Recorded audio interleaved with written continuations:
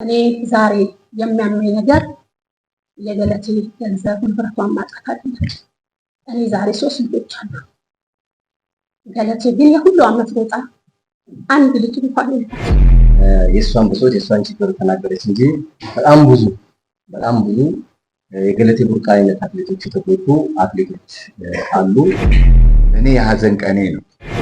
እንግዲህ ገለቴ ግማሽ እንኳን ተናገረች ብዬ አላምንም። ቢሄዱም ቢጮሁም ሰሜን ስለሌላቸው ሁሉም አትሌቶች አንገታቸውን ሰብረው በቤታቸው ችግራቸውን ተቋቁመው ያሉት አትሌቶቼ ወርቅ፣ ብር፣ ነሐስ ያመጣሉ።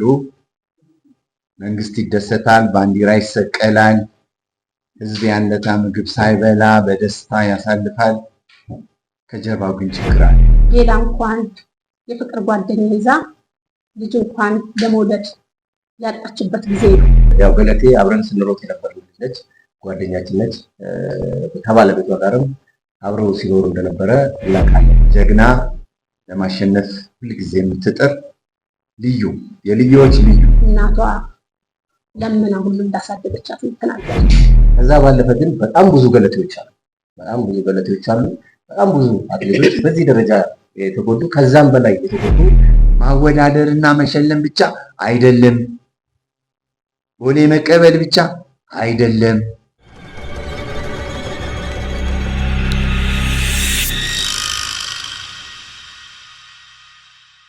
ኢሞሽናል ላለመሆን ሞክራለሁ። እንግዲህ ዛሬ የተገናኘንበት ጉዳይ ገለቴ ቡርቃ በደረሰባት ጉዳይ ላይ ነው የተገናኘ ነው። እንግዲህ ገለቴን ቡርቃ እንደ አትሌት ከኔ ዘግይታ የምትመጣ አብረን በተለያዩ በዓለም ሻምፒዮና፣ በኦሎምፒክ፣ በክሮስ ካንትሪ ከኛ ባልተናነሰ አገሯን አህጉሯን ወክላ በትልቅ መድረክ የተወዳደረች እና ከኛም ባልተናነሰ በሀገር ውስጥም በዓለም ላይም ሽልማቶችን አግኝታ ራሷንም ሀገሯንም መለወጥ የምትችል አትሌት እንደሆነች ማንም ሊደብቀውም መቼም አይደለም ሊባልም አይችልም። ዛሬ እንግዲህ ገለቴ ያለችበትን ሁኔታ ሁላችንም በመጀመሪያ በኦሮምኛ ያባሌ ተገኝታ ያደረገችውን ቃለ መልስ አይተናል። ትላንትናም በሰይፉ ፋንታሁን ላይ ተናግራለች። እንግዲህ ገለቴ ግማሽ እንኳን ተናገረች ብዬ አላምንም። ለምን ከመጀመሪያው ጀምሮ የገለቴን ታሪክ እንደ ቅርበትም አብሬን በመስራት ስለማውቀው ትላንትና እሷም ተናግራለች። አዲስ አበባ ስገባ አማርኛ እንኳን አልችልም፣ በራሴ ጥሬ ነው አማርኛ መጽሐፍም መናገርም የቻልኩት። እውነቷን ነው። እኛን እንኳን ስትጠራ ሴቷን አንተ ወንዱን አንቺ እያለች ነበር የምትጠራው። በጣም በልፋት በጥራት እዚህ የደረሰች አትሌት ነው። እንደተናገረችው እንግዲህ እናቷ ለምና ሁሉ እንዳሳደገቻት ተናገረች። እኔ ዛሬ የሚያመኝ ነገር የገለቴ ገንዘብ ንብረቷን ማጣት አይደለም። እኔ ዛሬ 3 ልጆች አሉ። ገለቴ ግን የሁሉ አመት ሮጣ አንድ ልጅ እንኳን የላት። ይሄ ለእኔ በጣም ነው የሚያመኝ። እኔ የገለቴ ገንዘብ የምን ጉዳይ አይደለም። ዛሬ ገለቴ ከኛ 3 አመት ወይ 2 አመት ታናሽ ብትሆን ነው። ሴት ልጅ ጊዜ አላት፣ የመሮጫ የመውለጃ ጊዜዋን እንኳን አታለች። ገለቴ ከ2010 ጀምሮ ትንከራተት ሌላ እንኳን የፍቅር ጓደኛ ይዛ ልጅ እንኳን ለመውለድ ያጣችበት ጊዜ ነው። እኔ እንዳየሁት በቅርበትም ስለማቅ ነበር። ፕሮግራምን ነበራት። ከ2010 በኋላ ልጅ የመውለድ ሀሳብ ነበራት። እኔ የሚያሳዝነኝ ንብረት አይደለም የገለቴ ቢያንስ አንድ ፍሬ እንኳን ሳይኖራት የሁሉ አመት ሀገሯን ወክላ ተወዳድራ ዛሬ ያለችበት ሁኔታ ለእኔ በጣም አሞኛል። እንግዲህ አሁን ዶክተር አያሌውም እንደተናገሩት ወርልድ አትሌቲክስ አትሌቶች ላይ የሚደርሰው ጥቃት በጣም በስፋት እየቀረበ በመገኘቱ ህግ አውጥቶ በሌላ ሀገር ላይ ህጎች እየተተገበሩ ይገኛል። በተለይ እንግዲህ እንደተናገሩት ቀነኒሳ በኬንያ ላይ 2 አትሌቶች ህይወታቸው አልፏል። ከዛ በኋላ ህግ በጣም ጠብቆ ይሄ ህግ በኢትዮጵያም እንዲተገበርና የአትሌቶች ጥቃት እንዲቆም በሚል ወደ ኢትዮጵያ አትሌቲክስ ፌዴሬሽን መጥቷል። እሱም ዶክተር አያሌው እንዳሉት በመስራት ላይ እንገኛለን። እኔ ደግሞ ትልቁ ነገር ወደዚህ ወደ አትሌቲክስ ፌዴሬሽን የመጣሁበትም እንዲህ አይነትን የሴቶችን ጥቃት ለማስቆም ነው። እንግዲህ እኔ በረኩባቸው ዓመታትም እንዲህ አይነት ነገሮች በጣም ብዙ አልፏል። አትሌቶች ላይ እንደተባለው በማናጀሮች፣ በባሎች፣ በጓደኞች ብዙ አይነት ችግሮች እያሳለፉ ነው አትሌቶች ወደ ውጤት የሚመጡት። ውጤት ካመጡ በኋላ ደግሞ በእንደዚህ አይነት በተለያየ ነገር አትሌቶቹ ቢያንስ የሚኖሩበትን ነገር እንኳን የሚያጡበት ሁኔታ ነው ያለው። ስለዚህ ገለቴም እንግዲህ ተናግራለች፣ በጣም ብዙ ቦታ ደርሳለች። ህግ የያዘውን ጉዳይ ነው። እኔ የምለው ህግም ትክክለኛ ፍትህ እንዲሰጣት፣ መንግስትም ደግሞ የገለቴን ጉዳይ በአትኩሮት አይቶ ለዚች ለሴት እንደ ሴትነቷን ትልቅ ነገር እንዲያደርግላት መልዕክቴን አስተላልፋለሁ።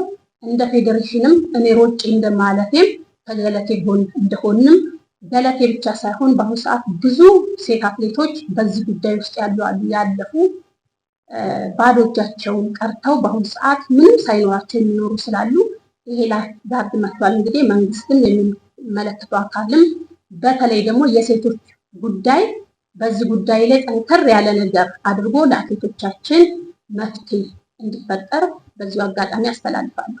ይሄ ጉዳይ ግን ሴቶች ላይ ብቻ ሳይሆን ወንዶችም ላይ አለ። ብዙ ወንዶች አትሌቶችም የዚህ ሰለባ ይሆናሉ። ያው ወጥቶ ያለመናገሩ ነው እንጂ ወንዶች አትሌቶችም የዚህ ጥቃት ሰለባ ይሆናሉ።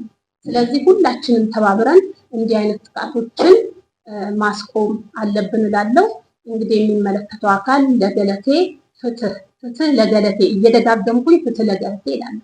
እኔ እንደ አትሌትም እንግዲህ ፌዴሬሽኑ አካባቢ እንዳለው ሰው እንደምታውቁት የኢትዮጵያ አትሌቶች ብዙ ጥሩ ጎኖች እንዳላቸው ጥሩ ኑሮ የሚኖሩ እንዳሉ ሁሉ መጥፎ ጎኖችም መጥፎ ኑሮ የሚኖሩ ለሀገራቸው ብዙ ስራ ከሰሩ በኋላ ብዙ ችግር እየደረሰባቸው ያሉ አትሌቶች እንዳሉ ይታወቃልና የአትሌት ገለቴ ቡርቃ ጉዳይ ሰሞኑን ያው በሚዲያ እንደሰማችሁት በዛ ደረጃ ደርሷል። የእሷን ጉዳይ በተወሰነ ደረጃ ያለችበት ሁኔታና ከኛም እንደ ፌዴሬሽን ምን ማድረግ አለብን የሚለውን ለመግለጽ ነው። ሁለተኛ ደግሞ አትሌት ገለቴ ቡርቃ ወደ ሚዲያ ወጥታ የእሷን ብሶት የእሷን ችግር ተናገረች እንጂ በጣም ብዙ የገለቴ ቡርቃ አይነት አትሌቶች የተጎዱ አትሌቶች አሉ። ወደፊትም እንዳይኖሩ በሚል በተወሰነ ደረጃ ስራዎች እየተሰሩ ያሉ እሱንም ለመግለጽ እና እነኛም ወደፊት ያሉትን ለማዳን በተወሰነ ደረጃ ደግሞ ልክ እንደ ገለቴ ቡርቃ እየተጎዱ ያሉ በጉዳት ላይ ያሉት ልንደርስላቸው የሚገቡ በሞራልም በገንዘብ ብቻም ላይሆን ይችላል፣ በንብረት ብቻም ላይሆን ይችላል፣ በሞራልም ልንደርስላቸው የሚገቡ አትሌቶች አሉን እና ስለነሱም በተወሰነ ደረጃ ለመግለጽ ነው የጠራናችሁ።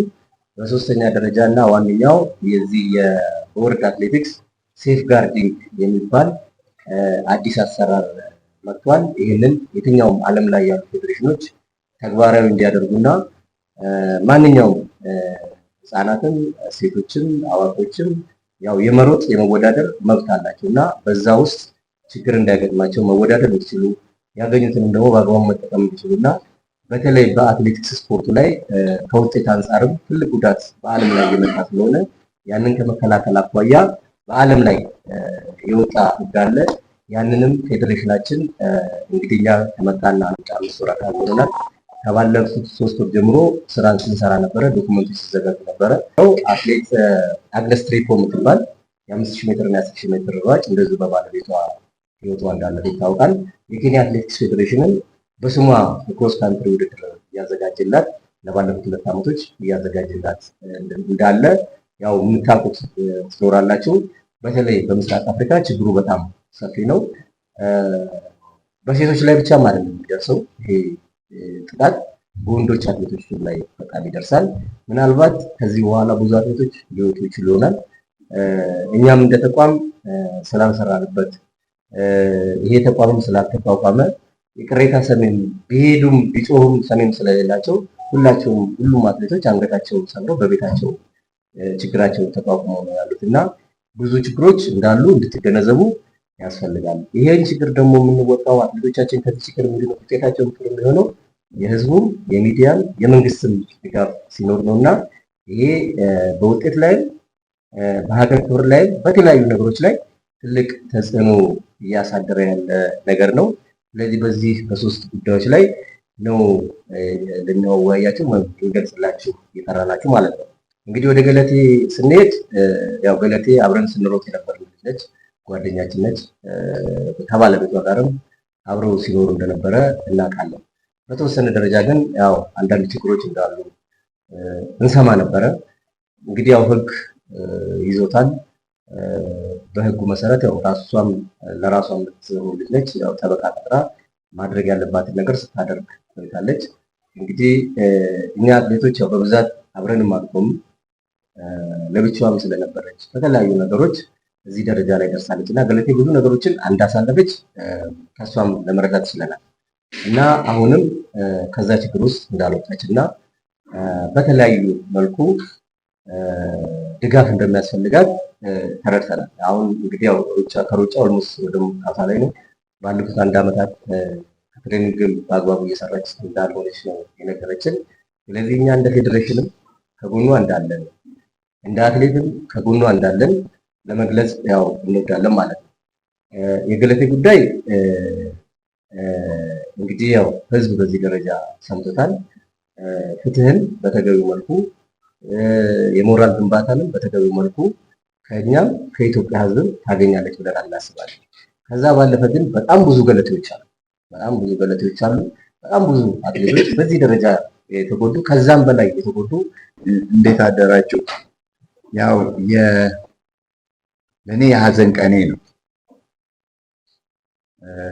ከ30 ዓመት በላይ ነው እዚህ አካባቢ የቆየው። አትሌቶቼ ይለፋሉ፣ ይታገላሉ፣ አሰልጣኞች ይጭራሉ፣ ፊሽካ ይነፋሉ፣ ሰዓት ይይዛሉ። አትሌቶቼ ወርቅ፣ ብር፣ ነሐስ ያመጣሉ። መንግስት ይደሰታል፣ ባንዲራ ይሰቀላል። ህዝብ ያንለታ ምግብ ሳይበላ በደስታ ያሳልፋል። ከጀርባው ግን ችግር አለ። ከጀርባው እስከ ሞት አለ። ከጀርባው ሜዳ ላይ እስከ መቀመጥ አለ። ከጀርባው እስከ ልመና አለ። የት? ኢትዮጵያ። የት? እዚህ ሀገር። የት? የተደበቀ የሚያለቅስ አይን፣ የሚያነባ አይን በጣም ብዙ ነው ያለው አትሌት ጋር። ሁላችንም ነው ዝም ያልነው። ስለዚህ ሁላችንም ነው ይቅርታ የምንጠይቀው አትሌቶቻችን። ስለዚህ ዛሬ እንዳጋጣሚ ሆኖ ውዲቷ ልጃችን ገለቴ ከኔ ጋር ብዙ የቆየች ስለሆነች ስለ ገለቴ መናገር ብዙ አልችልም። ጀግና፣ ለማሸነፍ ሁልጊዜ የምትጥር ልዩ፣ የልዩዎች ልዩ፣ ከልዩዎቹ ተርታ የምትቀመጥ ድንቅ ሴት፣ ድንቅ እንስት ተቸግሬያለሁ አለች። እንግዲህ ህግ ይፈታል። የኛም ፌዴሬሽን አጠገቧ ይሆናል። ሴፍ ጋርዲንግ ምንድን ነው? ሴፍ ጋርዲንግ ሁለንተናዊ ጥበቃ ለአትሌቱ፣ ሁለንተናዊ ጥበቃ አትሌቱን ለሚያግዝ፣ ሁለንተናዊ ጥበቃ ለሴቷም አትሌት፣ ለወንዱም አትሌት፣ ለአሰልጣኙም፣ ለማኔጀሩም፣ ለፌዴሬሽኑ ሁሉም። በተቃራኒው ደግሞ ወንጀል የሚሰሩትን የሚከታተል ከፌዴሬሽኑ ጀምሮ ሴፍ ጋርዲንግ ነው ዓለም ላይ። እኛ ጋር ግን ዘገይ፣ እኛ ጋር ቶሎ አልመጣም። የሀገሮቹ ስም አልጠራም። ሞት መጣ፣ ግድያ መጣ፣ ንጥቂያ መጣ፣ ዝርፊያ መጣ። አትሌቶች ከአንዱ ሀገር እየተሸጡ ወደ ሌላ መሄድ፣ ይሄም ራሱ ሴፍ ጋርዲንግ ውስጥ ገባ። መዘረፍ፣ ፋይናንሻል አቢዩዝ በጣም መጣ። ሴክሹዋል ሃራስመንት በጣም በዛ፣ ከመጠን በላይ። አትሌቱ ከህፃናት ጀምሮ እስከ አዋቂው፣ ከህፃናት ጀምሮ እስከ አካል ጉዳተኛው አትሌት በጣም ይበዘበዝ ጀመር። አትሌት ለአትሌት፣ አትሌት በዘመዱ፣ አትሌት በአሰልጣኙ፣ አትሌት በማኔጀሩ፣ ማኔጀሩ በማኔጀሩ፣ ማኔጀሩ በፌዴሬሽኑ፣ አትሌቱ በፌዴሬሽኑ የሚሉ በጣም ብዙ ችግሮች መጡ። በዚህ ምክንያት 2017 ላይ ወርልድ አትሌቲክስ ኖ አለ። በቃ ኖ አለ። ፖዚሽን ስቴትመንት አስቀመጠ። አይ ሁላችንም ማጥቃት አለብን፣ ሁላችንም መከላከል አለብን። እስከምን? ከምልመላ እስከ ውድድር ድረስ ማወዳደርና መሸለም ብቻ አይደለም። ቦሌ መቀበል ብቻ አይደለም። አትሌቱን እስከ መጨረሻ እስከሚኖርበት መንደሩ ድረስ እስከሚሰራበት ጫካ ድረስ ሊጠብቀው ይገባል። ማን? ሁሉም ህብረተሰቡ። መሰረትን አትናገሪ ብያት እንጂ ሙሉውን ነው የምታውቀው። በላይነሽ ሙሉውን ነው፣ የማነ ሙሉውን ነው፣ ቢኒያም ሙሉውን ነው የሚያውቀው። ስለዚህ የተዳፈነ መስመር አለ፣ እሳተ ጎመራ።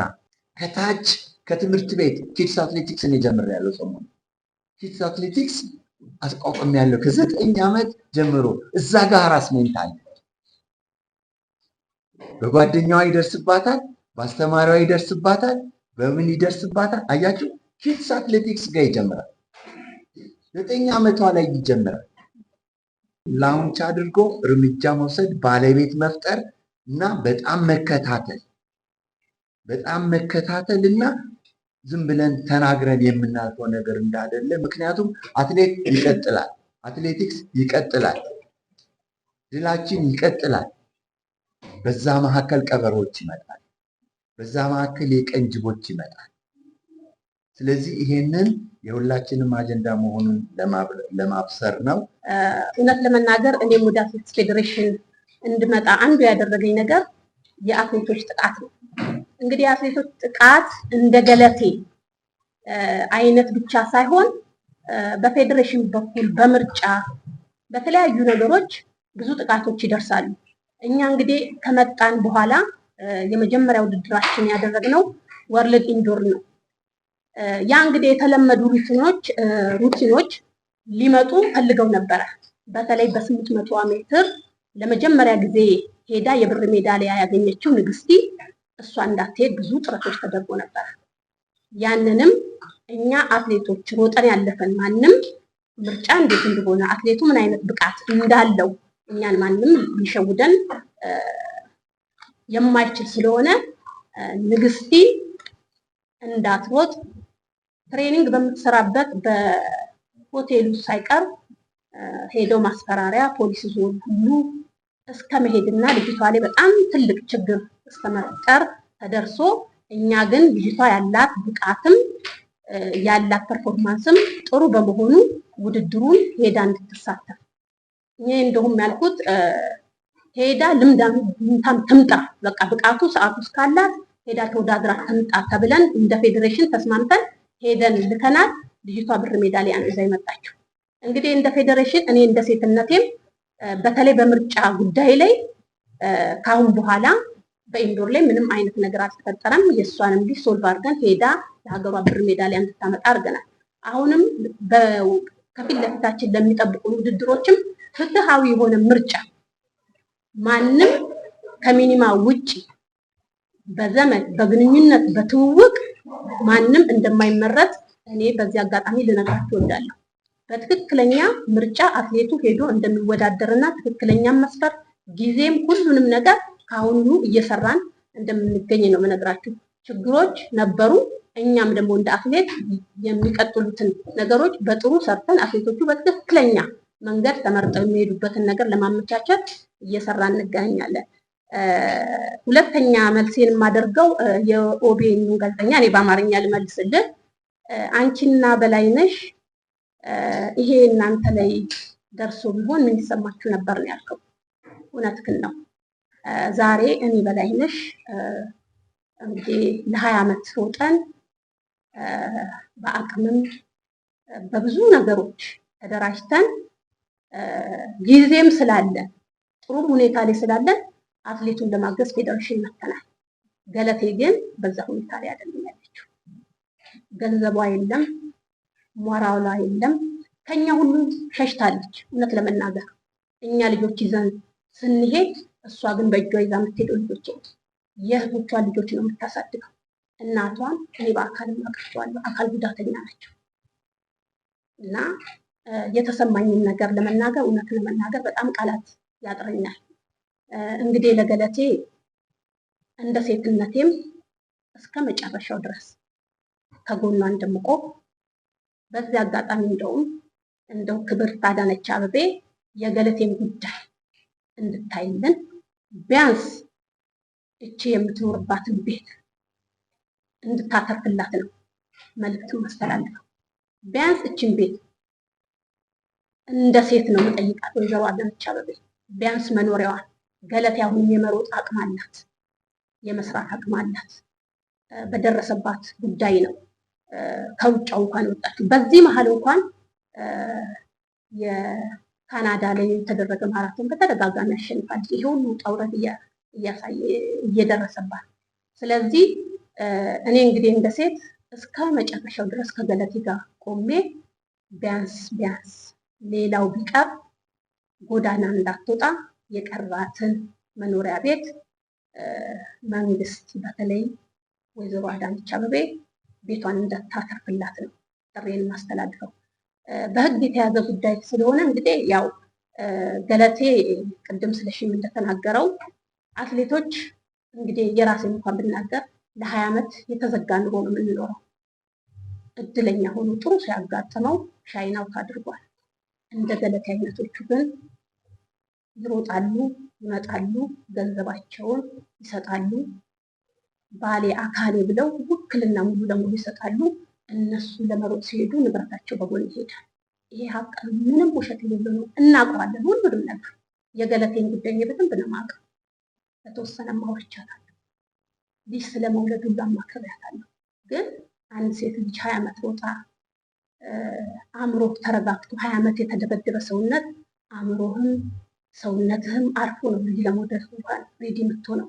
ያንን እድል እንኳን አታለች።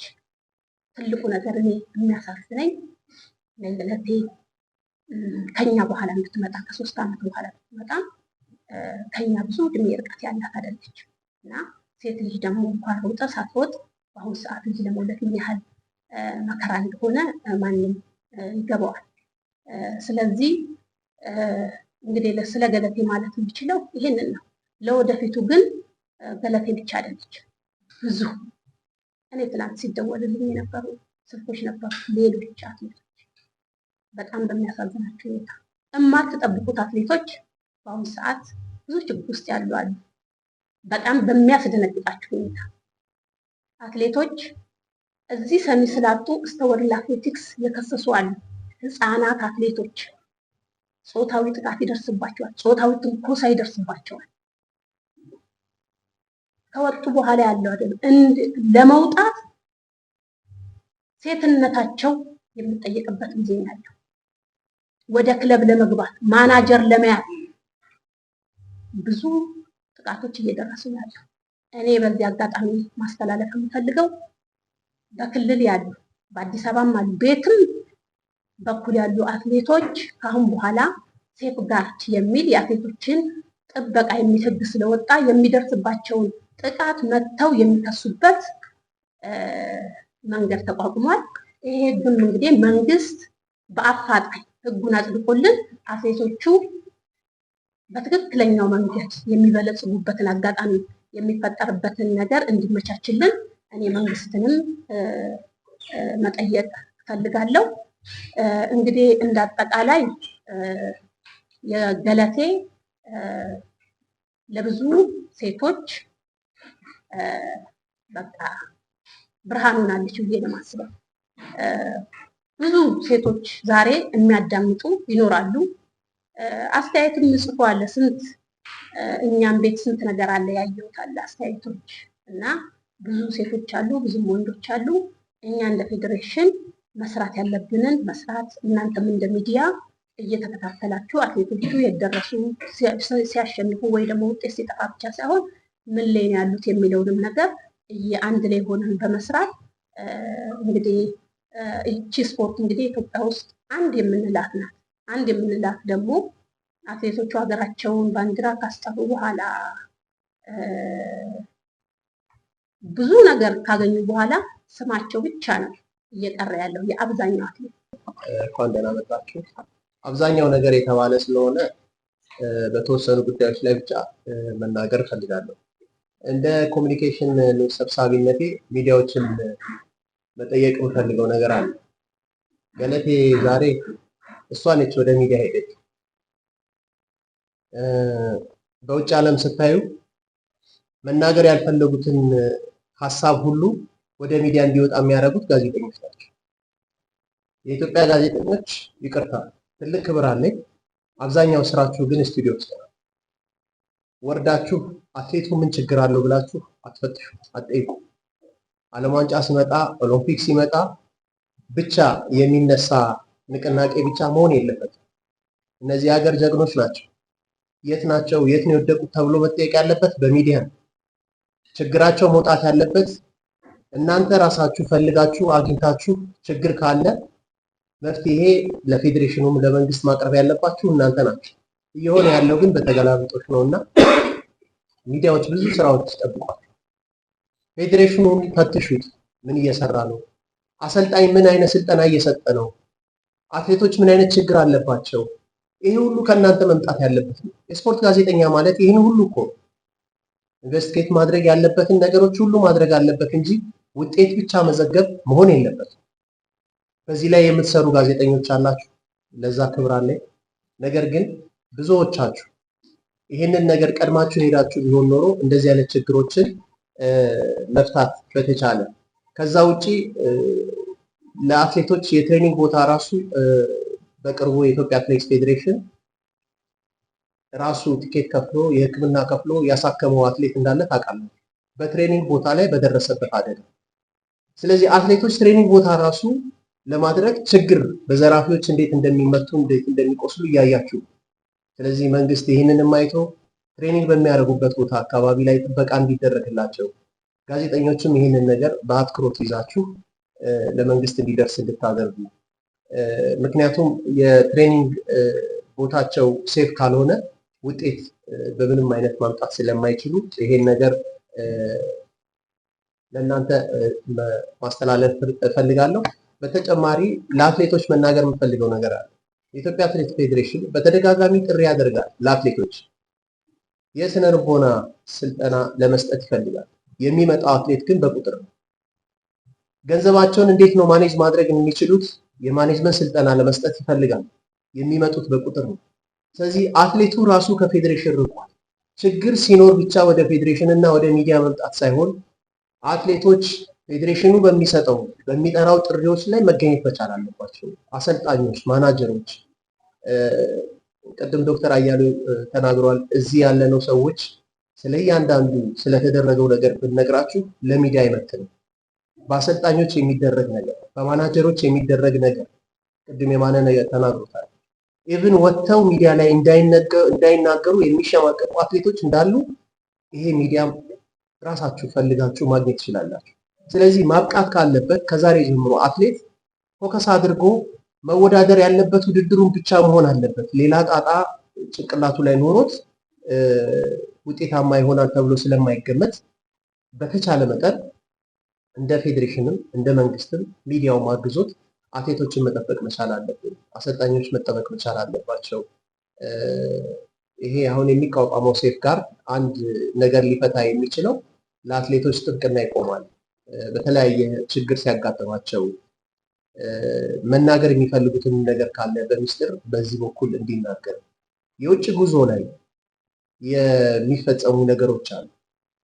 በውጭ ጉዞ ላይ ይሄ ሴፍ ጋርድ እንደ አንድ አካል ሆኖ በጉዞ ላይ ሄዳል ማለት ነው። አትሌቶችን የሚንከባከብ ችግር ካለ መፍትሄ ለመስጠት ከአሰልጣኞች ጋር የሚኖር ቅሬታም ቅራኔም ካለ ይሄን ለመፍታት አብሮ ይሄዳልና በአስቸኳይ መቋቋም ያለበት ነው። ኬንያ ወደ ስራ ገብታለች።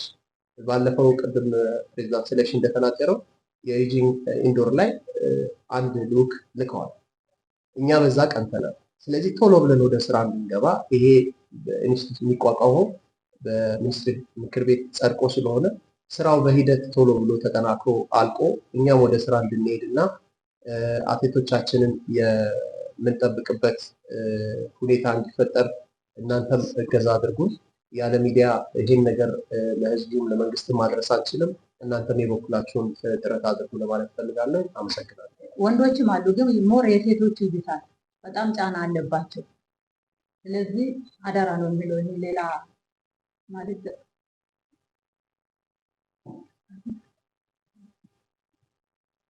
እና አግዙ። ብዙ የገለቴ አይነት ማለት ገለቴ እግዚአብሔር ረድቷት ነው ዛሬ ለሴት አትሌቶች ቀን ወጥቶላቸው ነው ዛሬ ገለቴ ድምጽ የሆነች። እና ብዙ የገለቴ አይነቶች ብዙ አሉ ማለት በሳይኮሎጂ ለፍቶ ደክሞ አምጥቶ ማታ ላይ ማረፊያ ይሆንልኛል ብሎ ልክ መጨረሻ ላይ ደግሞ ማረፋቸው ሲገባ ተደስቶ በሚኖሩበት ሰዓት እንደዚህ አይነት በደል ሲደርስባቸው በጣም ያሳዝናል፣ በጣም ያማል።